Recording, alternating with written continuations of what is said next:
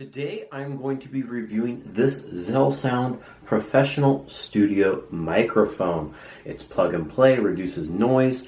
It's great for if you're doing working from home, home office, video editing, voiceover, etc. This nice case, all the wires. It's pretty small, comes with this nice base as well. See how well it is wrapped in there. Even the buttons have a little foam thing around it. So it's smaller than I thought it would be, but that's nice. You can see about the size. I've had a Blue Yeti in the past, and that's a lot heavier and a lot bigger than this. You can see it has a clear mute button up front here. It also has mic up and down, headphones up and down. Interesting, you can adjust both of those, and you can turn down your echo as well.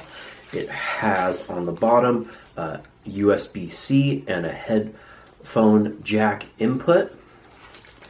Nice soft base on the bottom here, so it's non-slip, sits on my desk and doesn't move around. So this is a great feature as well. You can see it is a USB mic, and it has a giant cable. Like, look how long this thing is. I have it doubled in half.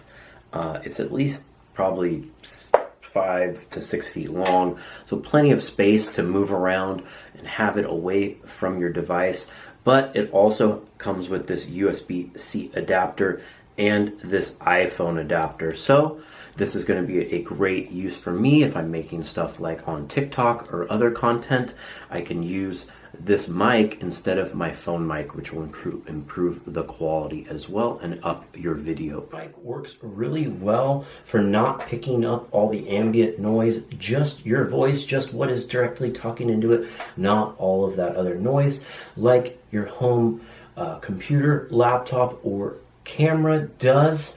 It was plug and play for Windows, PS4 and 5, and I'm using it on my iMac, and it is working perfectly fine. I like this nice blue color, the small.